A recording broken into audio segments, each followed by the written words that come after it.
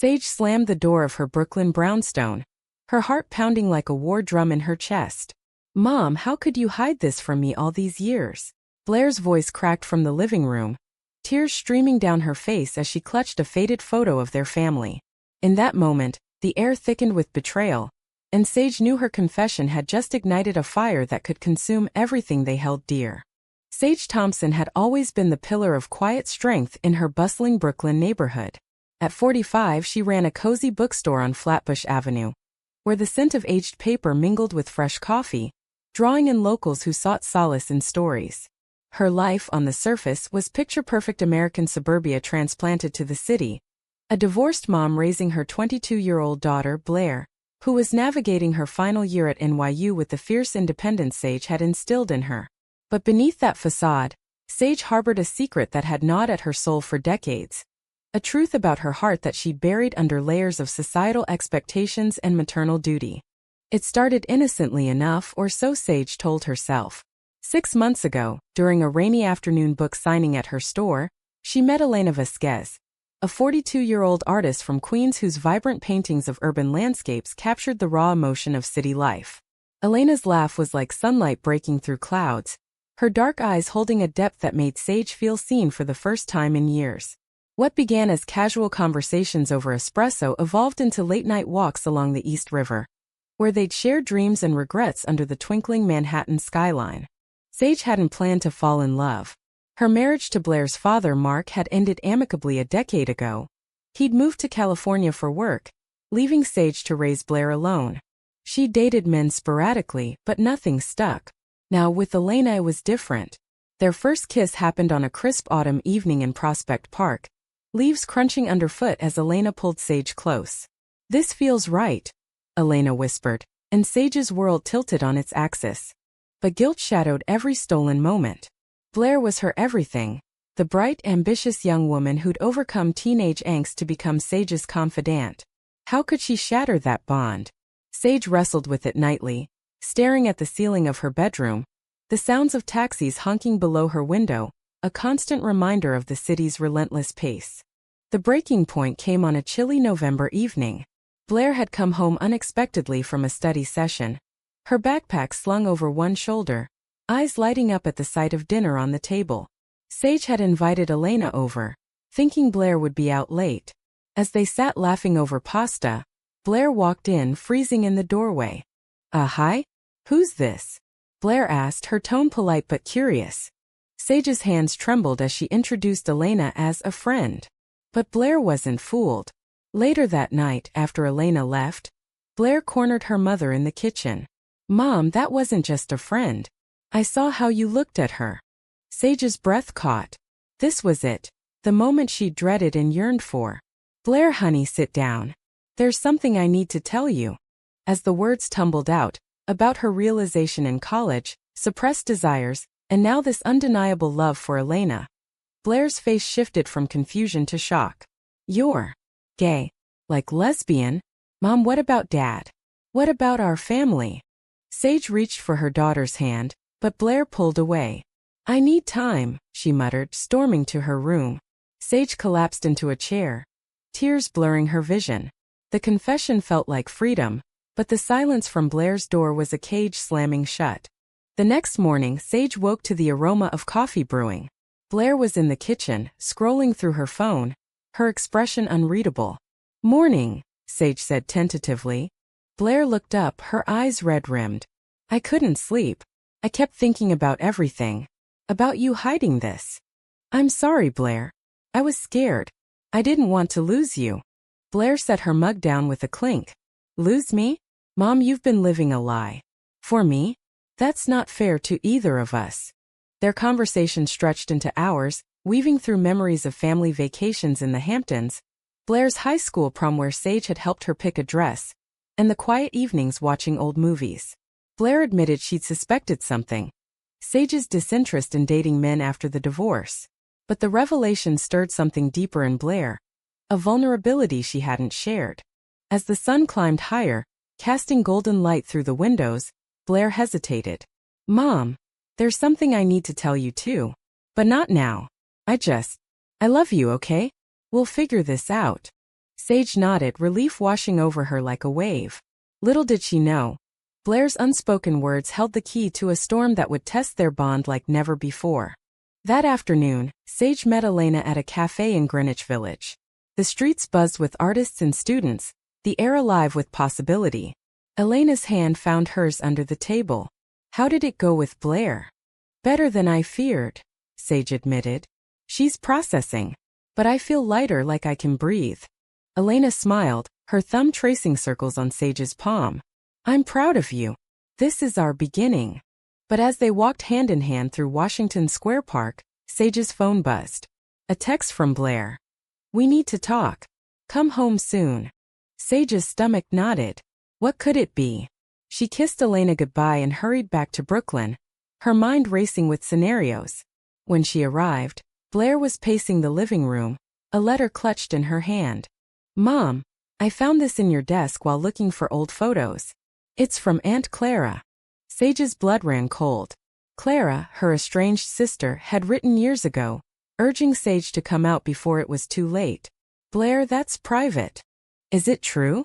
That you and Clara? That she was your first love? Before Dad? The room spun. Sage sank onto the couch. It was complicated. Clara and I were close in college, but she left for Europe. I married your father to fit in. Blair's face crumpled. So our family was built on a lie? Dad knew. No, he didn't. I loved him in my way. But yes, part of me always wondered about Clara. Blair tossed the letter aside. This changes everything. I feel like I don't know you. The argument escalated, voices echoing off the walls. Blair accused Sage of selfishness, of robbing her of a normal childhood. Sage defended her choices, tears flowing. By nightfall, Blair grabbed her coat. I need space. I'm staying with friends. As the door clicked shut, Sage crumpled, the weight of her past crashing down. She called Elena, sobbing into the phone. What have I done? Elena's voice was soothing. Give her time. Love like yours doesn't break easily. But in the quiet of her empty home, Sage wondered if the truth had set her free or destroyed the one person she loved most. Days blurred into a haze for Sage.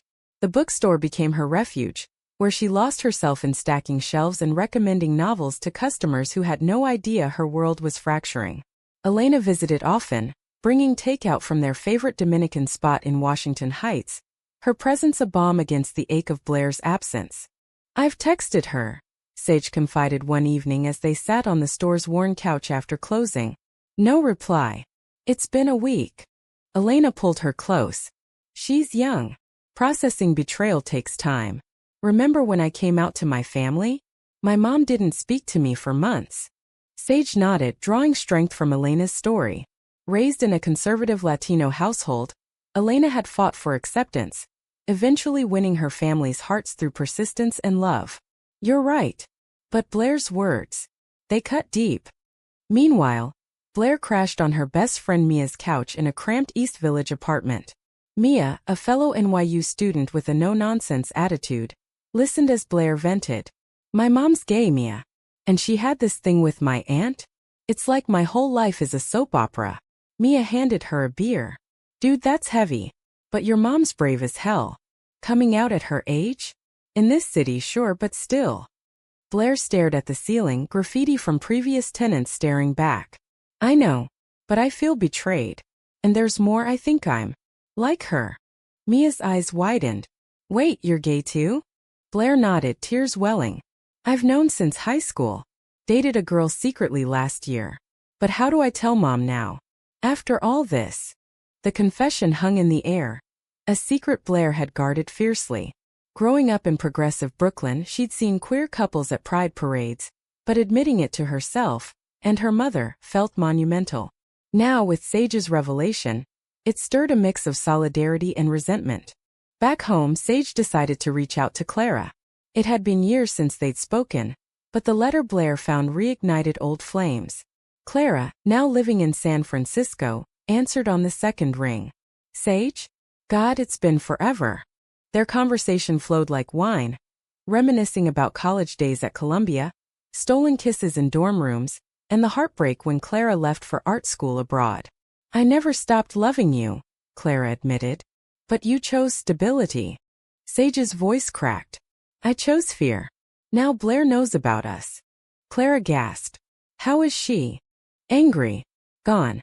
I don't know what to do. Clara offered to fly out, but Sage hesitated. Rekindling with Clara could complicate things with Elena. Still, the call planted seeds of doubt. Was Elena a rebound from a lifetime of suppression, or true love? As Thanksgiving approached, the city donned its holiday glow, lights twinkling on brownstones, the Macy's parade balloons inflating downtown. Sage invited Elena to dinner, hoping to create new traditions. But as they prepared turkey in the kitchen, the doorbell rang. Blair stood there, windswept and hesitant, a bottle of wine in hand. Can I come in? Sage pulled her into a hug, relief flooding her. Of course, honey. The meal was awkward at first, small talk about school and weather. Elena sensed the tension and excused herself early, giving mother and daughter space. Alone, Blair finally spoke. Mom, I'm sorry for leaving. I was scared. Sage reached across the table. Scared of what? Blair took a deep breath. Of telling you. I'm gay too. I've been seeing someone, a girl from my class. Her name's Jordan. The words hung like fireworks, illuminating the room. Sage's eyes widened, then softened with understanding. Oh, Blair. Why didn't you say? I thought you'd judge me, or that it was my fault somehow, like genetics or whatever. Sage laughed through tears. No, sweetheart. This is who we are. I'm proud of you. They talked late into the night, sharing stories of first crushes and hidden longings. Blair admitted reading queer literature in secret, drawing inspiration from authors like Audre Lorde. Sage confessed her fears of societal backlash, even in liberal New York. But as bonds mended, a new conflict brewed. Blair mentioned Jordan casually, but Sage sensed something off. Tell me about her. She's amazing, smart, funny, from Chicago. We're keeping it low-key. The next day, Sage met Elena for brunch in Chelsea. The High Line buzzed with joggers and tourists, fall foliage framing the Hudson. Blair came out to me, Sage shared. Elena's face lit up. That's wonderful. A family of strong women. But Sage's mind wandered to Clara's call. Elena, what if my past isn't done with me? Elena frowned. What do you mean? Sage explained about Clara. Elena's expression darkened. Do you still have feelings for her? I don't know. It's confusing. The admission sparked their first fight.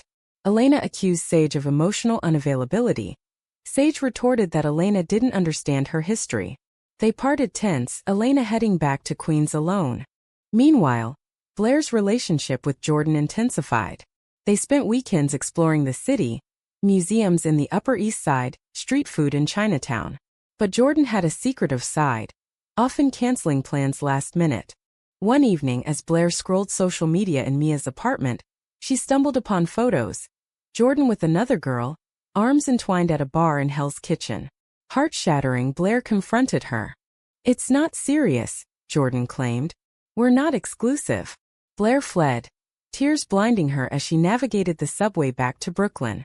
Bursting through the door, she collapsed into Sage's arms. She cheated on me, Mom. How could she? Sage held her, rocking gently. Oh, baby. Love can hurt like hell. As mother consoled daughter, Sage reflected on her own turmoil.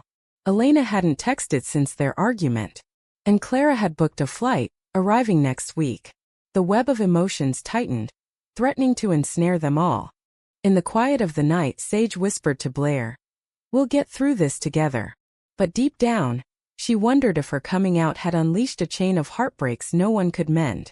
Clara's arrival in New York was like a gust of San Francisco fog rolling into the crisp East Coast air. She stepped off the plane at JFK, her bohemian style, flowing scarves and silver jewelry, turning heads. Sage met her at baggage claim, heart racing as they embraced. "You look just the same," Clara said, her voice warm with nostalgia. They drove back to Brooklyn in Sage's old Subaru, traffic on the Belt Parkway giving them time to catch up. Clara spoke of her life. A successful gallery owner, single after a string of relationships. "I've thought about you often," she admitted. At the brownstone, Blair greeted them warily. "Aunt Clara? Wow, it's been ages." Clara hugged her niece. "Last time I saw you, you were knee-high obsessed with dinosaurs." The reunion was bittersweet. Over dinner at a nearby Italian spot in Park Slope, stories flowed, college antics, family holidays in the Catskills. But tension simmered. Blair eyed her mother and aunt, sensing the undercurrent. Later, alone with Sage, Clara confessed. I came because I never got closure. What if we could try again? Sage's pulse quickened. Clara, I'm with Elena now. Or was. Clara leaned in. Was? What happened? Sage poured out the story, the fight, the silence. Clara listened, then took Sage's hand. You deserve someone who understands your journey. That night, as Blair lay awake, she overheard whispers from the guest room. Jealousy flared, not for attention, but for the simplicity of her mother's past love. Her own heart still ached from Jordan's betrayal. She texted Mia, family drama level expert. The next day, Sage took Clara to her bookstore. Customers milled about, holiday shoppers browsing festive displays. Clara admired a painting on the wall, Elena's work. This is beautiful. Who's the artist? Sage hesitated. Elena. Clara's eyes narrowed. She's talented. But is she right for you? Before Sage could respond, the door chimed. Elena walked in, her face a mask of surprise turning to hurt. Sage? Who's this? Introductions were awkward. Elena pulled Sage aside. Your ex? Here. After our fight. It's not like that, Sage protested. She's family. Elena shook her head. Family doesn't look at you that way. Call me when you figure out what you want. She stormed out, leaving Sage reeling. Clara offered comfort, but it felt tainted. Maybe this is a sign, Clara suggested. Blair, witnessing the scene from afar, confronted her mother that evening. Mom, you're messing this up. Elena's good for you. Aunt Clara's just stirring old ghosts. Sage sighed. It's complicated, Blair. No, it's not. You're scared of real commitment. Just like with Dad. The word stung, echoing Blair's earlier pain. Sage realized her daughter was right. Her indecision was a betrayal to Elena, and to herself. Determined, Sage called Elena, leaving a voicemail. I choose you. Please, let's talk.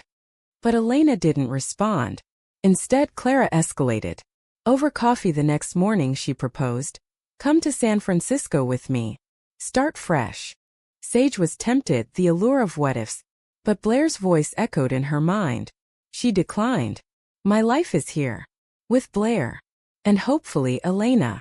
Clara left gracefully, promising to stay in touch. As her cab pulled away, Sage felt a chapter close. Blair, meanwhile, threw herself into healing. She joined a queer support group at NYU, sharing her story of betrayal. There she met Riley, a soft-spoken film major with kind eyes and a passion for documentaries. Their first coffee date was tentative but genuine, discussing favorite spots in Central Park, dreams of traveling to the Grand Canyon. As winter blanketed the city in snow, Sage and Blair decorated their tree, a tradition unbroken. I'm happy for you, Mom, Blair said, hanging an ornament. About Elena. I hope she comes around. Sage smiled. Me too. And you? This Riley. Blair blushed. Early days, but she feels real. Christmas Eve brought a surprise. Elena showed up at the door, snowflakes in her hair. I got your message. Can we try again? Sage pulled her inside, their kiss melting the chill. Blair watched from the stairs, heart swelling. But drama wasn't done. Jordan reappeared, texting Blair apologies, begging for another chance. Blair met her at a diner in Midtown, the neon lights reflecting her resolve. Why? Blair demanded. Jordan shrugged. I was scared of commitment. But I miss you. Blair stood. Too late. I've learned from my mom. Love means choosing honesty. She walked away empowered. Back home, the family, now including Elena, gathered for midnight mass at a nearby church, the choir's voices lifting spirits. Sage squeezed Elena's hand, grateful for second chances. Yet, as New Year's approached, a final twist loomed. Blair discovered old emails on Sage's computer. Correspondence with Clara post-college, revealing Clara had encouraged Sage to leave Mark early in the marriage. Confronting Sage, Blair yelled. You could have been happy sooner. Why stay? Sage broke down. For you, Blair. I wanted you to have stability. Blair's anger softened to empathy. Mom, that's not a sacrifice. That's martyrdom. We both deserve truth. Their hug sealed a pact. No more secrets.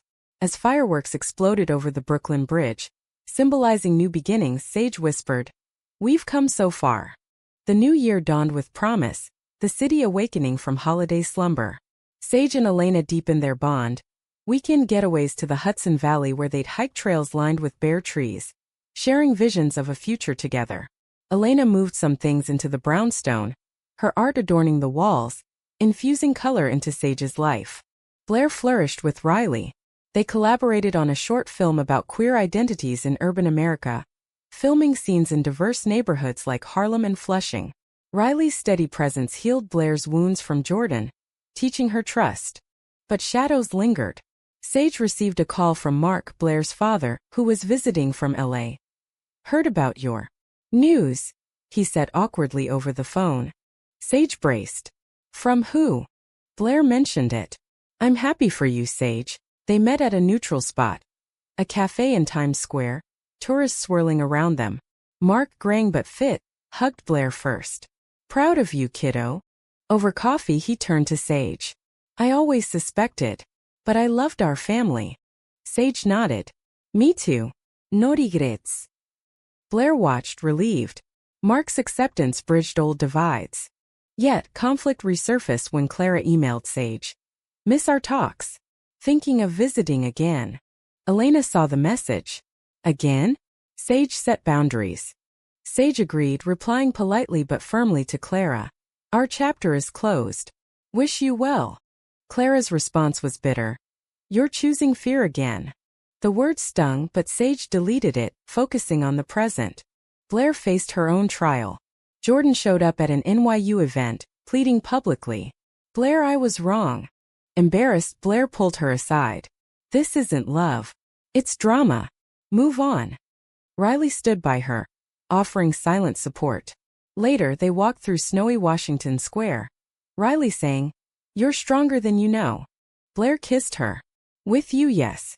As spring bloomed, cherry blossoms in Brooklyn Botanic Garden mirroring renewal, Sage planned a surprise. A commitment ceremony for her and Elena. Not legal marriage yet, but a celebration of love. She confided in Blair. "Will you be my witness?" Blair beamed. "Absolutely." Invitations went out to friends, family, even Mark. The venue. A rooftop in Dumbo, Manhattan skyline as backdrop. But days before, disaster struck. Elena's gallery show in Soho was sabotaged, paintings defaced with homophobic slurs. Police investigated, but Elena was devastated. "Who would do this?" she cried in Sage's arms. Sage suspected Clara but had no proof. Clara denied it when confronted. "I'd never hurt you like that." The incident rallied their community. Friends helped restore the art. The show proceeded stronger. At the ceremony, under a sunset sky, Sage and Elena exchanged vows. "In you I found my truth," Sage said. Elena replied, "And in us are forever." Blair toasted. "To love that endures." But as guests mingled, Blair pulled Sage aside. "Mom, I have news. Riley and I are moving in together after graduation." Sage hugged her. "I'm thrilled. But stay close. Always." The summer brought highs and lows. Sage's bookstore hosted a Pride event drawing crowds. Elena's art sold out. Blair interned at a film studio in LA visiting Mark. Yet a health scare tested them. Sage found a lump biopsy pending. Fear gripped the family. Waiting for results, they gathered at the brownstone. Elena cooked comfort food. Blair shared stories. "Whatever happens, we're together," Blair said. The call came benign. Relief washed over them like rain. In that moment, Sage reflected on her journey. From hidden love to open hearts. Betrayals had scarred but healed stronger. As fall returned, leaves turning in Central Park, Sage and Elena walked hand in hand. "We've weathered storms," Elena said. Sage smiled. And emerged brighter. Blair, now thriving, called from her new apartment. "Mom, thanks for showing me courage." With the biopsy scare behind them, life settled into a rhythm of gratitude. Sage expanded her bookstore, adding a queer literature section that became a community hub. Elena's art flourished, commissions pouring in from across the country. They traveled together to New Orleans for jazz festivals, Sedona for spiritual retreats, building memories that fortified their love. Blair graduated with honors, her film on queer families winning awards at indie festivals. Riley proposed during a picnic in Prospect Park, a simple ring symbolizing their commitment. "Yes," Blair exclaimed, calling Sage immediately. The wedding planning brought joy in minor dramas, venue debates, guest lists. Mark walked Blair down the aisle at a beach ceremony in the Hamptons, waves crashing as vows were exchanged. Sage, as mother of the bride, gave a speech. "Love isn't always easy. It demands courage, forgiveness. Blair, you've taught me that." Tears flowed, applause echoed. But life ever dramatic through one last curve. Clara resurfaced, diagnosed with illness, reaching out for reconciliation. "I was wrong," she admitted over video call from San Francisco. Sage forgave, visiting with Elena. In Clara's gallery amid vibrant canvases, they reminisced without regret. "You found your path," Clara said. "And you yours," Sage replied. Clara's passing months later was peaceful, her will leaving art to Sage's store, a final act of love. The loss deepened their appreciation for time. Sage and Elena legalized their union in a quiet city hall ceremony, Blair as witness. Years passed. Blair and Riley adopted a child, a baby girl named after Sage's mother. Grandparenting brought new joys, park outings, story times. One evening, as the family gathered for dinner in the brownstone, now filled with laughter and toys, Blair raised a glass. "To Mom's brave coming out.